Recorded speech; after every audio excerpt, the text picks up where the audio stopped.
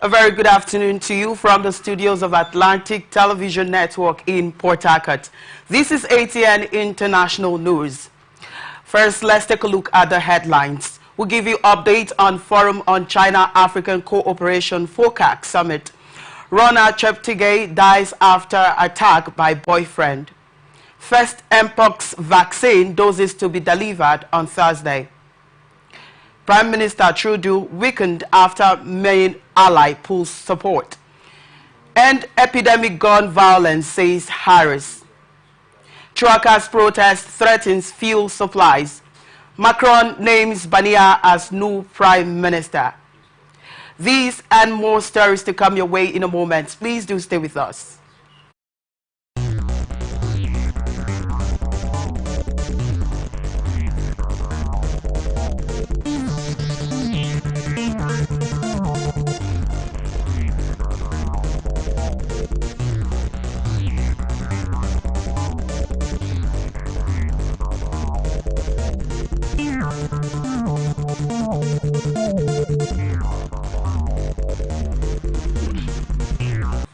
President Xi Jinping pledged on Thursday to step up China's support across the debt-distressed African continent with funding of nearly $51 billion, backing for more infrastructure initiatives and a promise to create at least 1 million jobs.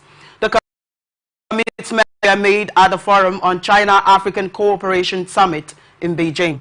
Beijing, the world's biggest two-way lender, also promised to carry out 3 times as many infrastructure projects across resource-rich Africa, despite Xi's new preference for small and beautiful schemes based around selling advanced and green technologies in which Chinese firms have invested heavily. China says it is committed to strengthening cooperation with Africa in various sectors, including industry, agriculture, infrastructure, trade, and investment. The Beijing Declaration and Beijing Action Plan for 2025 to 2027 were adopted by delegates from over 50 African nations. Xi called for a China-Africa network with land-sea links and coordinated development. China committed $50.70 billion in financial assistance with $210 billion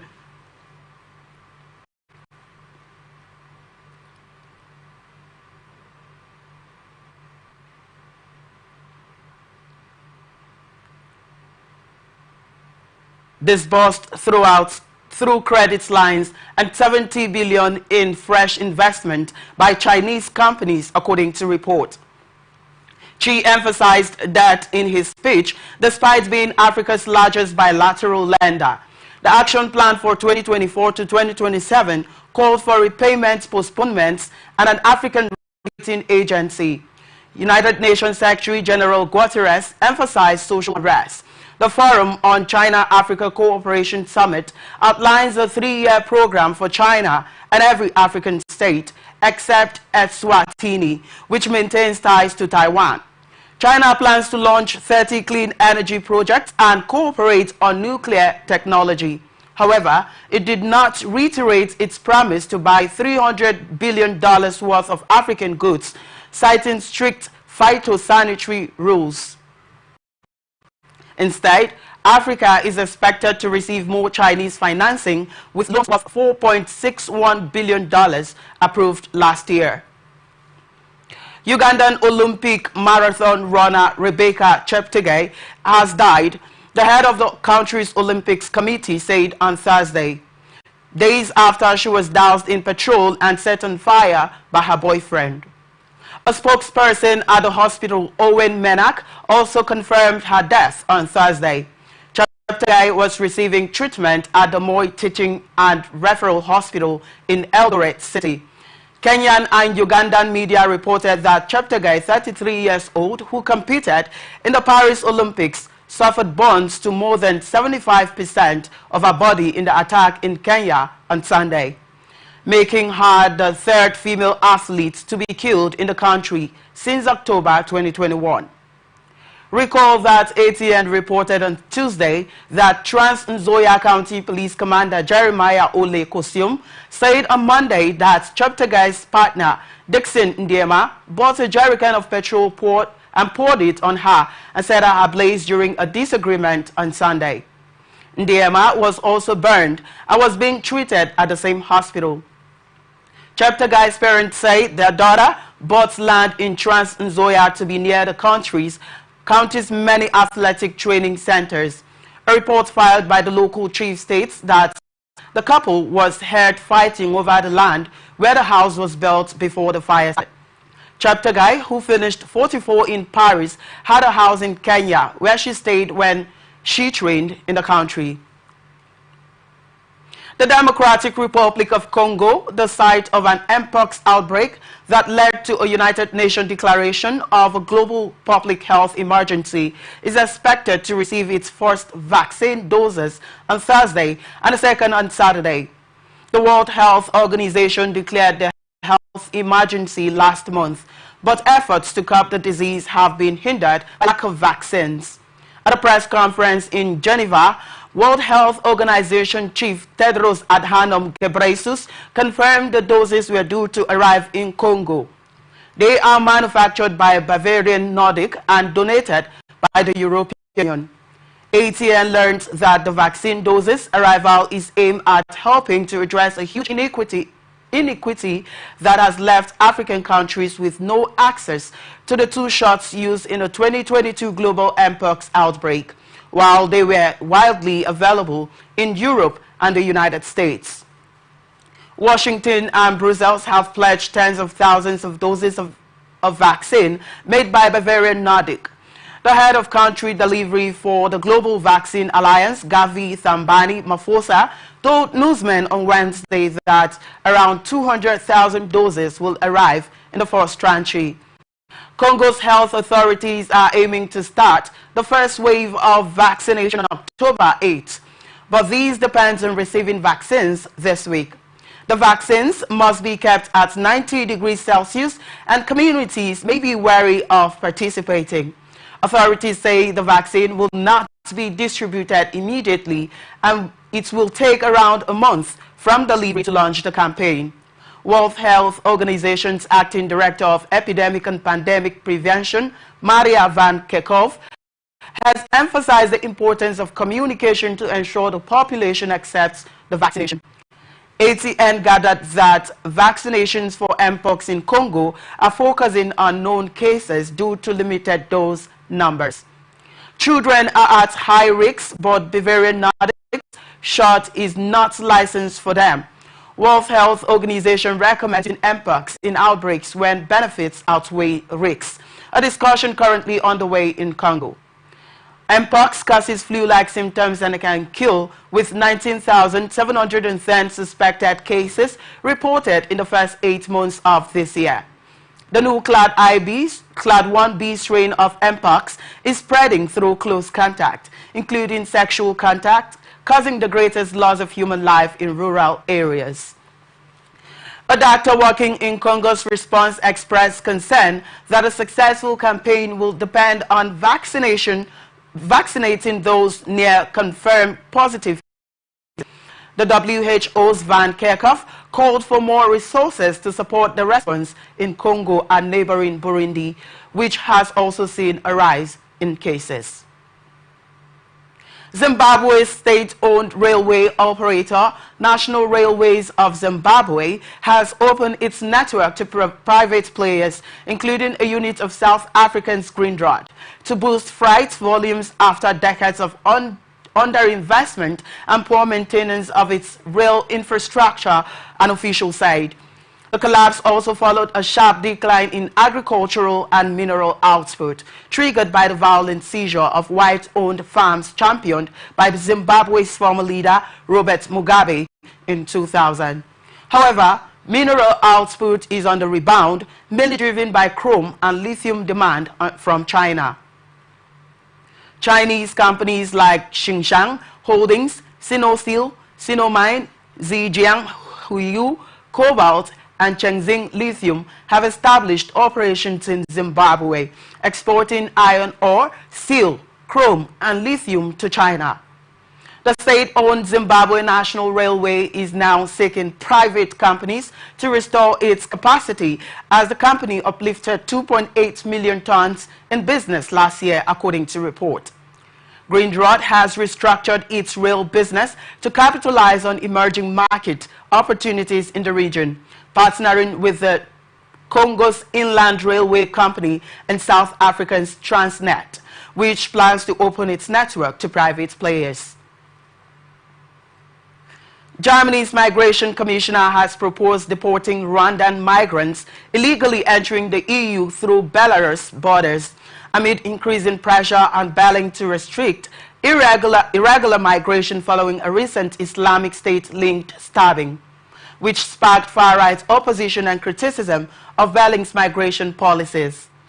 Germany's Special Representative for Migration Agreements, Joachim Stamp, suggests the EU could use existing asylum facilities in Rwanda, originally intended for Britain's 2022 plan to send unauthorized migrants.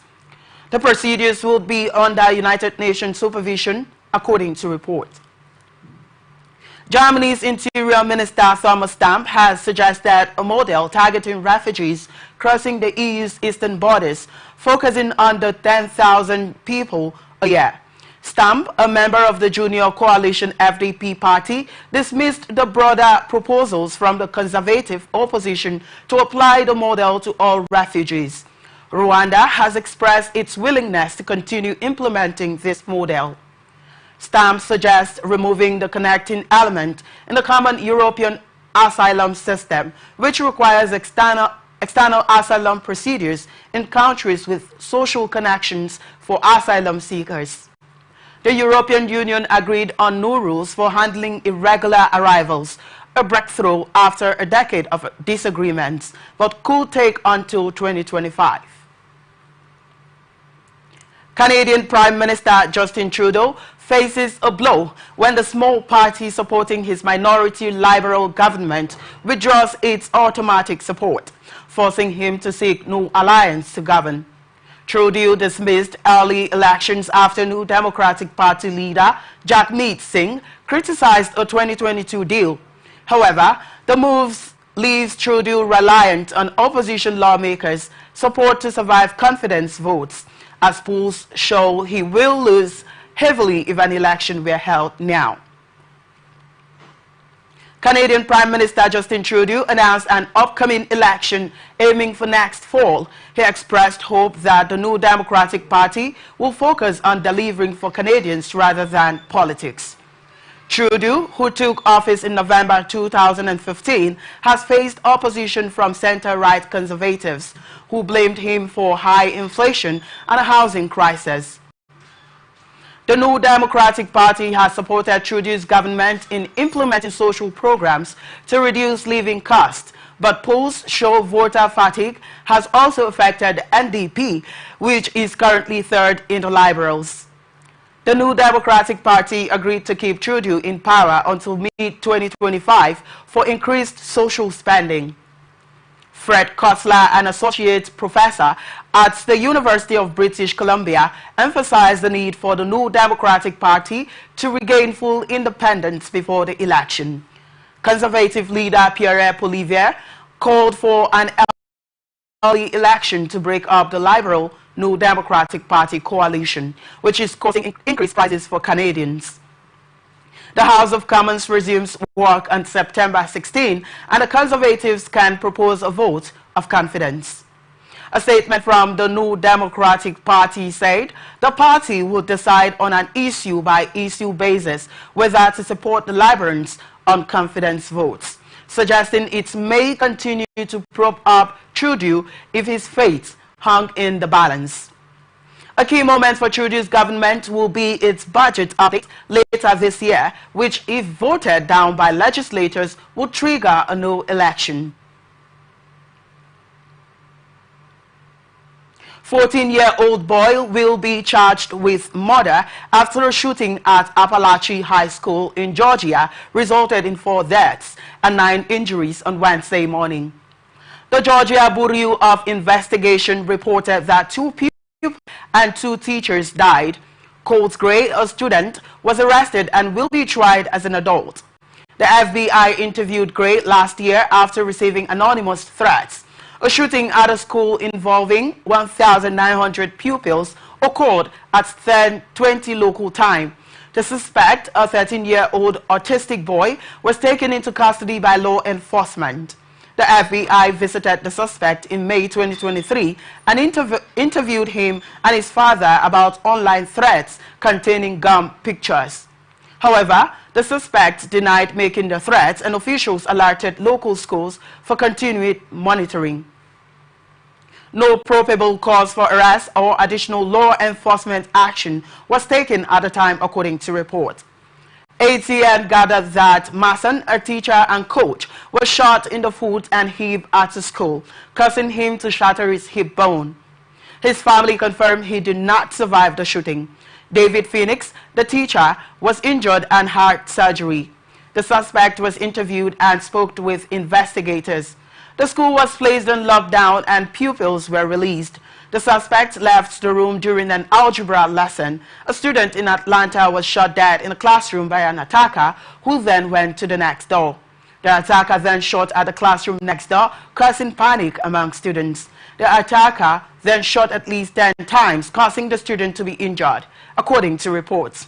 Georgia Governor Brian Kemp expressed his prayers for the safety of the students and directed state resources to assist Democratic Vice President Kamala Harris, criticized the shooting in New Hampshire, calling it a senseless tragedy.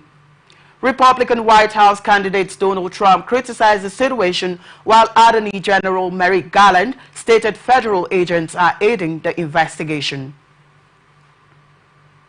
More than 230,000 euro from a Jersey-based bank account is being transferred back to Thailand following a U.S.-led investigation. Jersey's Attorney General said Gerald and Patricia Martha Green paid bribes to Juthamas Siriwan, a former Thai Tourism Authority governor, and her daughter Jitisopa for contracts to run projects such as the Bangkok International Film Festival.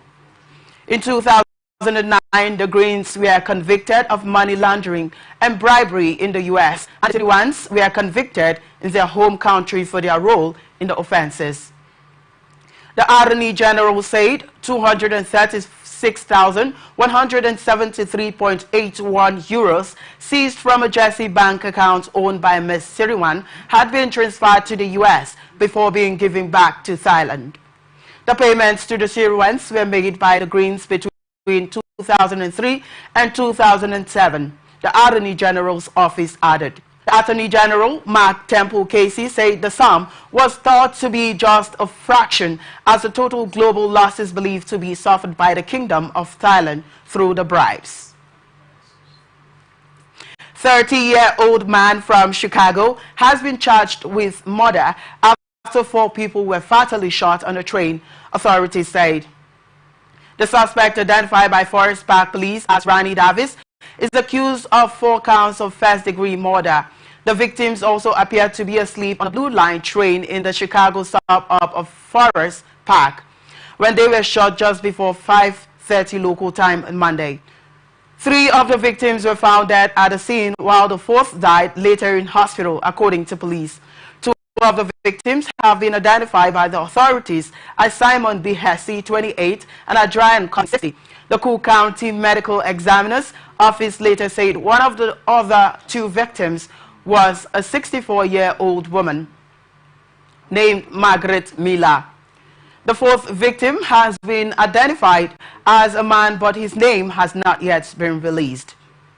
Deputy Chief for the Forest Park Police Department, Christopher Chin, said the shooting appeared to be a random act of violence, saying the gunman shot and killed 4 victims where literally they were sleeping on the train. On Tuesday, prosecutor Kim Fox described the shooting as inexplicable as she denounced the charges. Police said surveillance footage showed the attacker walking through the train and shooting 4 passengers who appeared to be asleep in 2 different carriages. The 4 victims were not sitting together. The suspect is due to appear in court on Wednesday. The train runs 24 hours a day between Forest Park and Chicago's O'Hare International Airport and is run by the Chicago Transit Authority, the United States' second largest public transportation system. Gun violence is common in the United States, where there are more firearms than people. Earlier on Tuesday, police in Louisiana arrested an 11-year-old boy who is accused of fatally shooting the city's former mayor and his daughter. Democratic presidential candidate Kamala Harris on Wednesday implored Americans to bring a halt to the epidemic of gun violence plaguing the United States after a mass shooting at a Georgia high school left 4 people dead. The U.S. Vice President, speaking at a rally in New Hampshire, also reiterated her call for an assault weapons ban, a position widely opposed by Republicans, and support for the further tightening of U.S. gun safety laws. Harris, a candidate for president, emphasized the need to end this epidemic and outlined elements for our economic plan, despite the ongoing mass shootings. She said the recent shooting at Appalachian High School in Winder, Georgia, is a senseless strategy and a continuation of gun violence in the U.S. Trump and Harris has called for an assault weapons ban, similarly to the 1994 ban passed by Biden, to be passed by Congress, expressing their hearts with the victims of the recent mass shootings, expressing their grief for the victims as well.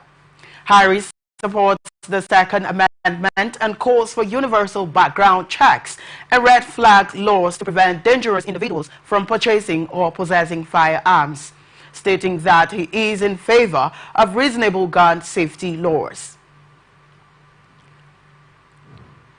Kamala Harris and Donald Trump are preparing for the upcoming presidential debate, with polls indicating a tight race in the White House. Vice President Harris plans to unveil tax breaks for small businesses during a visit to New Hampshire, while Trump attends a town hall event on conservative Fox News in Pennsylvania. Following a notable absence over Labor Day weekend, both events aim to revive Democratic hopes ahead of the November 5 vote. The rivals are getting in some last-minute campaigning ahead of the presidential debate on Tuesday, when millions of American voters will finally get to see them do battle in person on television. Harris, the first female black and South Asian vice president, has overturned President Trump's lead in the polls, forcing him to rethink his campaign. Despite Biden's dramatic quit, Trump remains the oldest presidential nominee in U.S. history. Poll shows the race remains close in 6 key battleground states, with Harris holding the edge over likely voters in Wisconsin and Michigan. The race is still nearly biting close, with Harris holding the edge over Trump in the Rust Belt states of Wisconsin and Michigan by 50% to 44% and 48% to 43% respectively. Trump and Hillary Clinton are tied in the vice presidential race, with Trump having a 49% to 44% edge in Arizona. However, the race is tied in 3 other states, particularly Pennsylvania, the largest prize in the U.S. Electoral College system. In Pennsylvania, Harris leads by 47%, while in Georgia and Nevada, 48% of voters support Trump. This follows a USA Today's Suffolk University poll that found Harris leading by 48% to 43% with double-digit gains among key groups. Harris plans to propose a 10-fold increase in tax breaks and reduce red tape for smaller firms. Trump has accused Hillary Clinton of copying a policy ending taxes on tips for service industry workers. Harris will participate in the town hall with host Sean Hannity. Campaigning continues in Harris, traveling to Pittsburgh, Pennsylvania, and staying in the state for the debate in Philadelphia. Biden rallied in Pittsburgh, and Trump will rally support in Wisconsin and Michigan. You're watching the International News on Atlantic Television Network. We'll be back after this short break. Please stay with us.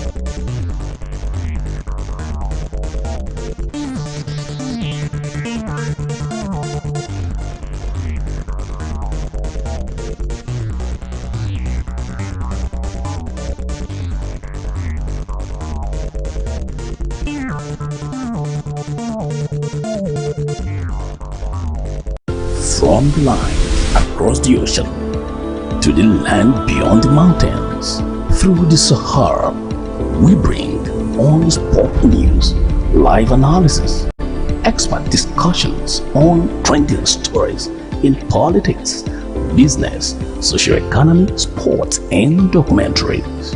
So catch all the updates on the happenings around the globe. Stay focused on the fact today. Only on ATN. From the line across the ocean to the land beyond the mountains, through the Sahara, we bring on-the-spot news, live analysis, expert discussions on trending stories in politics, business, socio-economy, sports, and documentaries. So catch all the updates on the happenings around the globe. Stay focused on the fact today. Only on ATN.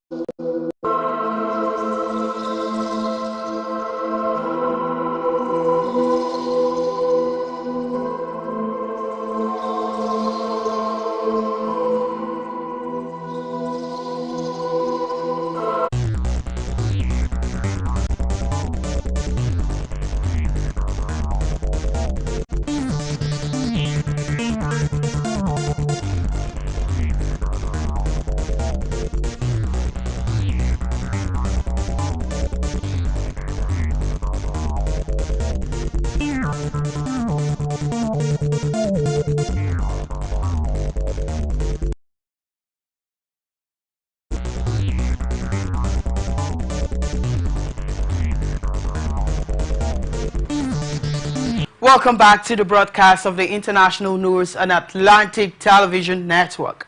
We are open for adverts, placements, bookings, and commercials.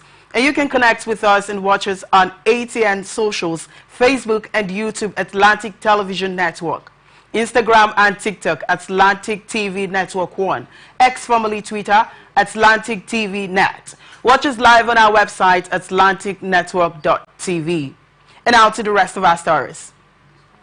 Haiti has expanded its state of emergency to cover the entire nation's territory, a spokesperson for Prime Minister Gary Conell said on Wednesday, as the Caribbean country battles violent gangs that have taken over much of the capital and started expanding into nearby regions. Haiti's popular Health Department, where the capital Port-au-Prince is located, was put under a state of emergency on March 3rd under the administration of Conell's predecessor, Ariel Henry, as a dramatic escalation in violence paralyzed the capital and thousands of inmates escaped in 2 prison breaks. The state of emergency was repeatedly renewed and other departments were later added, including the farming region of Artibonite that had suffered some of the worst violence, the center department in Nips on the southern peninsula. Earlier on Wednesday, Conal said he had helped distribute materials and weapons for the Haitian Army and National Police in order to recover territories taken by gangs. The announcement comes a day ahead of a planned visit to the Caribbean nation by U.S. Secretary of State Antony Blinken. U.S. is the largest funder of a UN-backed security mission that Henry requested in 2022 to help fight the gangs and reclaim territory. A first contingent of 400 Kenyan police officers arrived in June and July, while a handful of other countries have pledged at least 2,500 more troops. These have yet to arrive, and the mission's mandate is set to expire at the start of October. Nearly 580,000 people have been internally displaced by the conflict, hundreds of thousands deported back to Haiti, and close to 5 million people are facing severe hunger. Protests by truckers in Colombia who are angry at an increase in diesel price, have cut off the country's biggest cities and are threatening fuel supplies. Though the government insists the hike is fair, the truckers' strike and roadblocks combined with attacks on the Cano-Limon Convenas and Bicentenario pipelines also threaten operations at state-run oil company Ecopetrol, the company said on Wednesday. The truckers were protesting an increase of 1,904 Colombian pesos per gallon to diesel prices, which began on Saturday, arguing the price rise will affect logistics cost and national competitiveness. The National Transporters Association, one of many industry groups, said it had not called a national strike but supported the truckers' protest. Leftist President Gustavo Petro has said the increase is fair and that a subsidy in diesel prices should never have been granted, adding that the country will not allow itself to be blockaded, according to reports.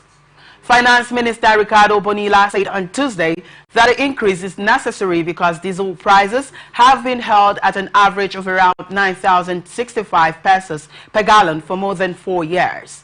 Production of hydrocarbons could be affected in the coming days and may affect fuel supplies. Ecopetrol said in a statement, adding that the situation is compounded by social conflict at the company's Gibraltar gas field. In a later statement, Senate reported a new attack on the Cano-Limon Convenas pipeline, adding that 15 attacks had been taking place against pipeline infrastructure around the same area since August. Colombia's biggest cities were affected by road blockades on Wednesday as mayors warned of food and fuel shortages. Firefighters succeeded on Wednesday in reducing the extent of a massive wildfire that blazed for 2 days and destroyed 20% of a forest in the Brazilian capital, cloaking the city in clouds of gray-white smoke, according to officials who suspect that it may have been started by arsonists. The National Forest of Brasilia is a conservative area that extends over 5,600 hectares of woodland that protects the spring that are the source of 70% of the city's fresh water.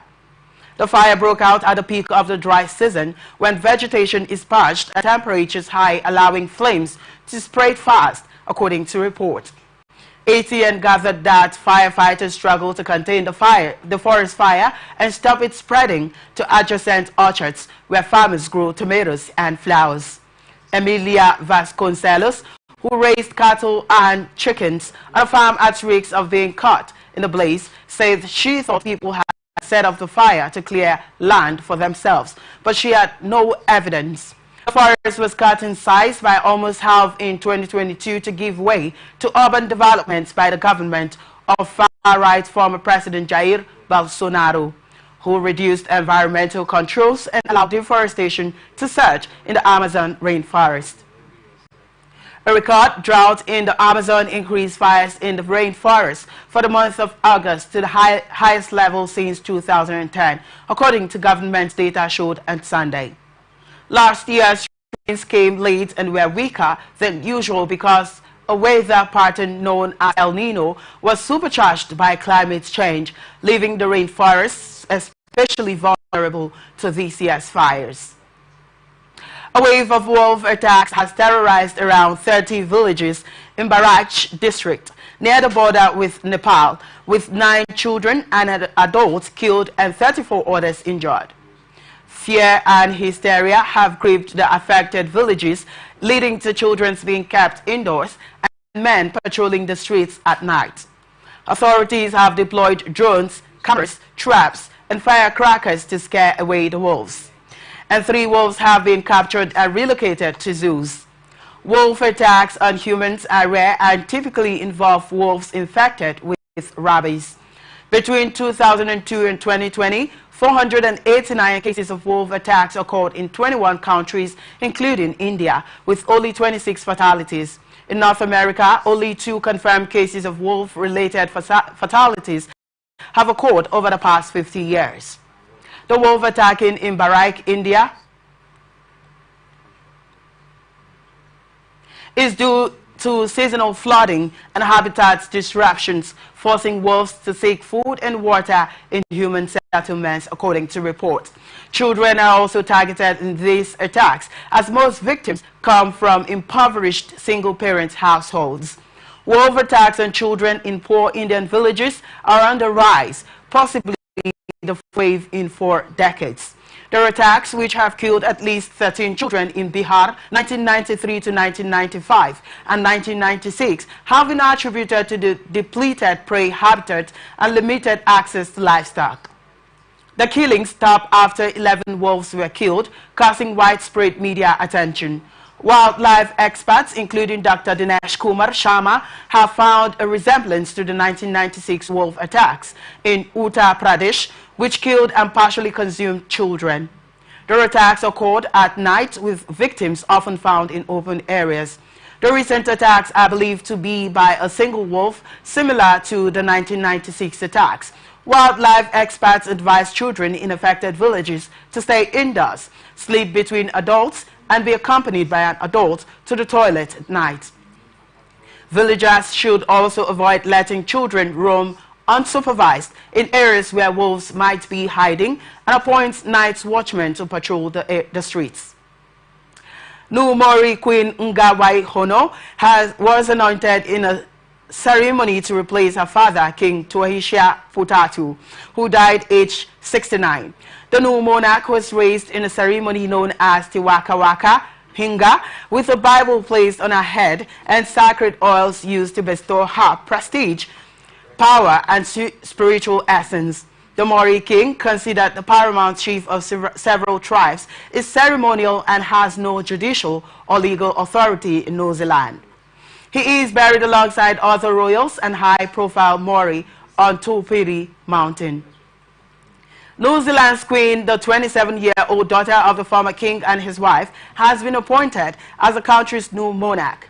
She holds a Master of Arts in Maori societal law and has served on boards, including the Te Kohanga Rio National Trust, aiming to revive Maori language. New Zealand's Centre-Right Coalition is addressing race relations, promoting the use of the Maori language, enhancing indigenous living standards, and repairing colonial wrongs.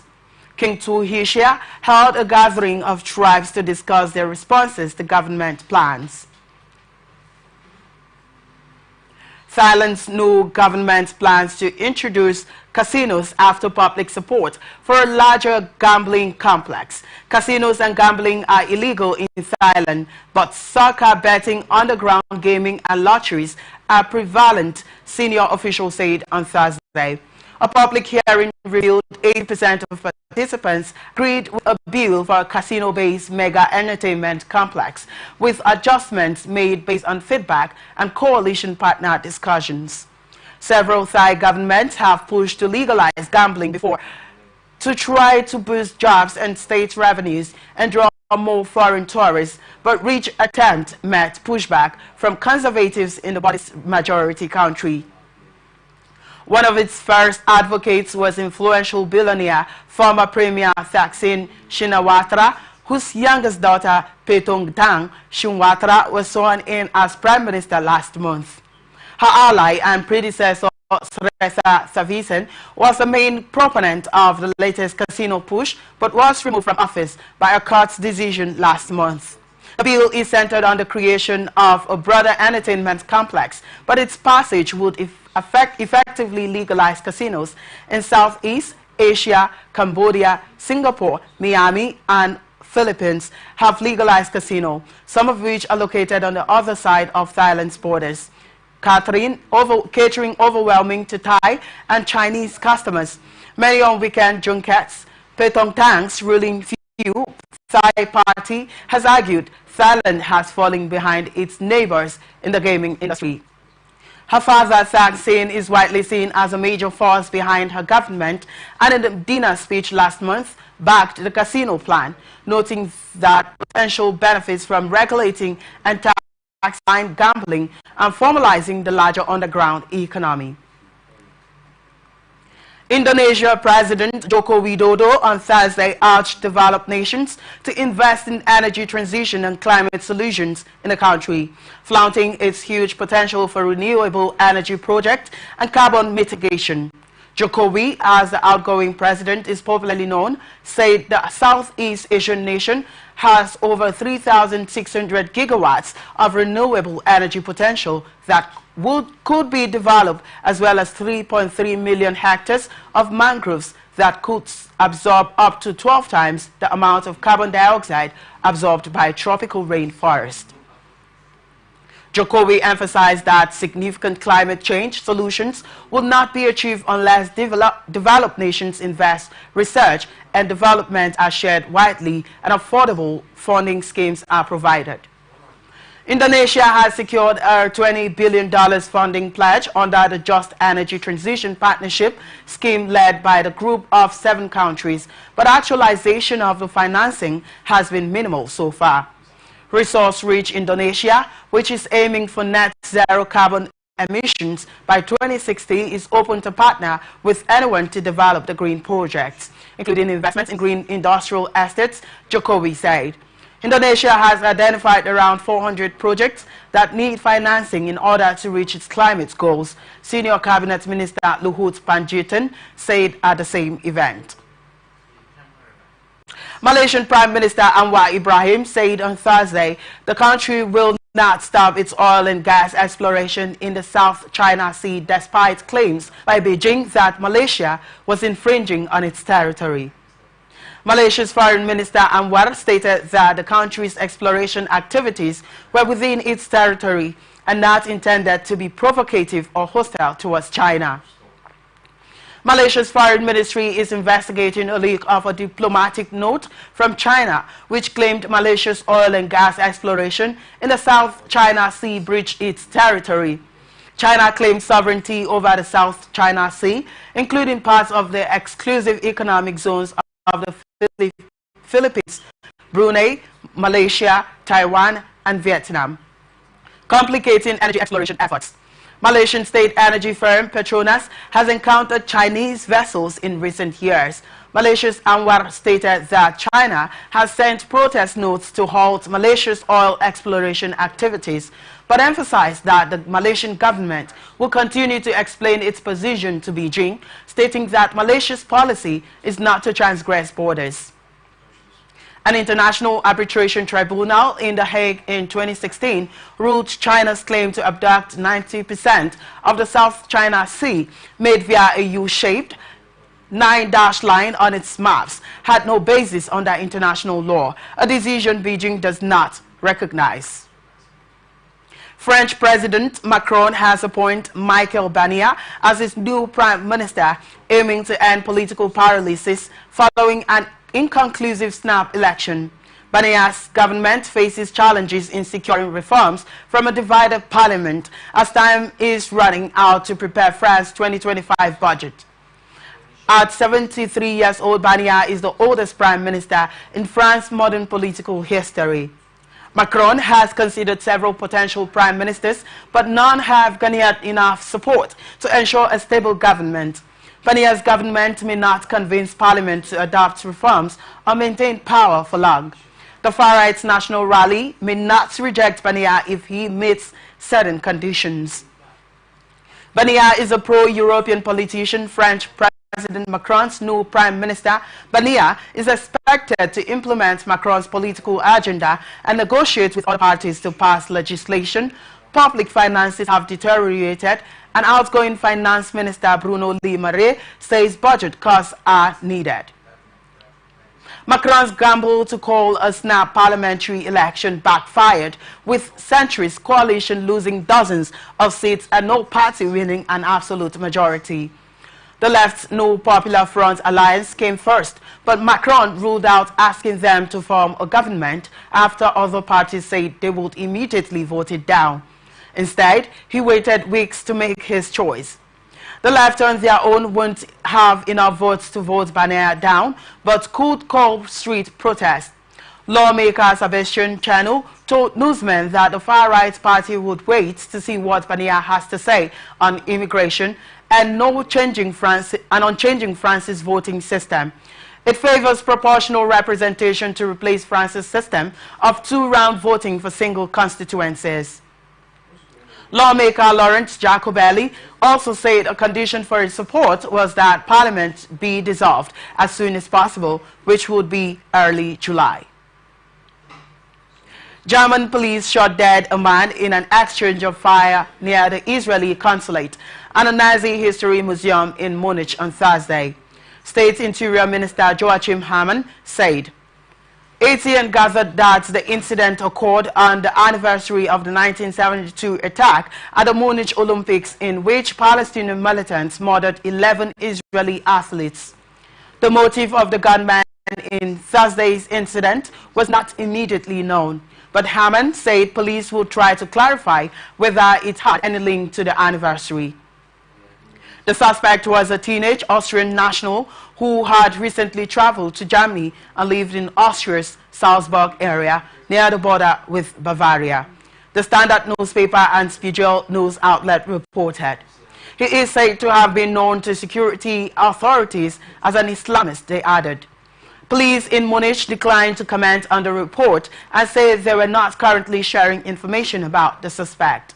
The Israeli Foreign Ministry said the consulate was closed on Thursday for a commemoration of that massacre, and no one from the consulate staff was injured in the incident.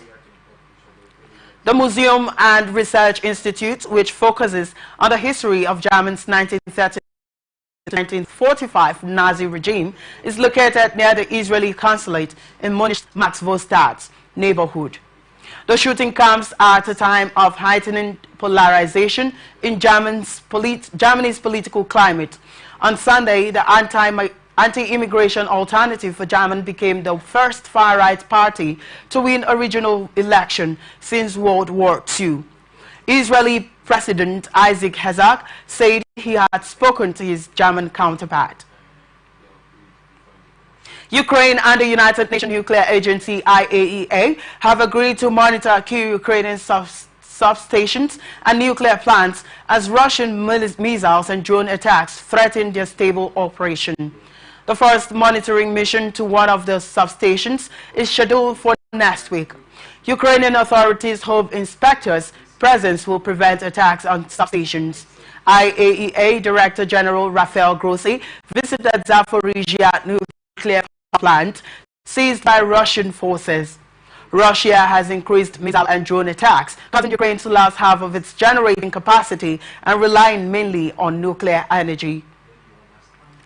The Ukrainian mission to the IAEA reported that a Russian drone and missile attack in August caused several nuclear power units to disconnect from the grid, posing a risk to the sector and threatening the safety operation through energy infrastructure attacks.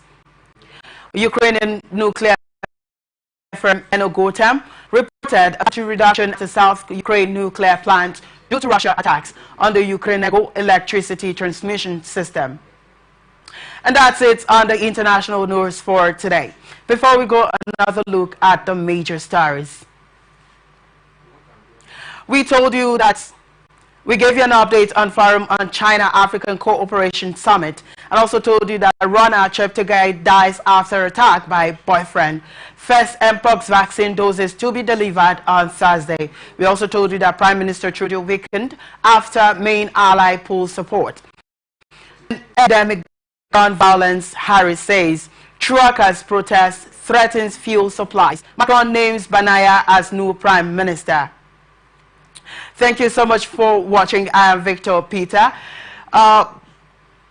You can follow us on our social media platforms, X, formerly Twitter, at Atlantic TV Network, Facebook and YouTube, Atlantic Television Network, Instagram, Atlantic TV Network. Watch us live on our website,